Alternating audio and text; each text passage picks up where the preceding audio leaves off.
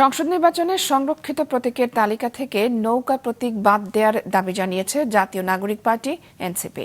সেই সাথে এনসিপিকে শাপলা প্রতীক দিতে আবারও আহ্বান জানিয়েছে দলটি। নির্বাচন কমিশনের সাথে বৈঠক শেষে একথা বলেছেন দলটির নেতৃবৃন্দ। আগারগাঁওয়ে নির্বাচন ভবনে প্রধান নির্বাচন কমিশনারের সাথে বৈঠকে বসে এনসিপির 5 সদস্যের প্রতিনিধি দল। প্রায় 3 ঘণ্টা পর বৈঠক থেকে বেরিয়ে দলের মুখ্য সমন্বয়ক নাসিরউদ্দিন পাটোয়ারি সাংবাদিকদের বলেন, দলীয় প্রতীক হিসেবে শাপলাই তারা চায়।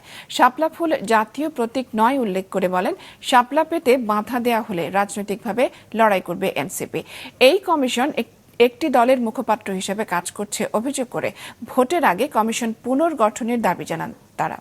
তবে কমিশনের যেসব সদস্য ভালো কাজ করছে তাদেরকে রাখা যেতে পারে বলে মনে করেন তিনি। সরকারি সিদ্ধান্ত অনুযায়ী এবং নির্বাচন কমিশনের নিজের সিদ্ধান্ত অনুযায়ী বাংলাদেশ আওয়ামী লীগের নিবন্ধন কার্যক্রম স্থগিত রয়েছে, কিন্তু তাদের স্থগিত থাকা অবস্থায়ও তাদের যে প্রতীক ছিল নৌকা, সে নৌকাকে কিন্তু এখনও তালিকা থেকে বাদ দেওয়া হয়নি। তো আমরা এই বিষয়টি কমিশনের নজরে এনেছি যে আইনগতভাবে আপনারা নৌকাকে এই যে তালিকা, এই তালিকার ভিতরে রাখতে পারেন না।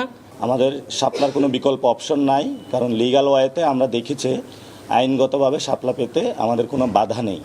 যদি বাধা দেওয়া হয় সেটা আমরা রাজনৈতিকভাবে লড়াই করব।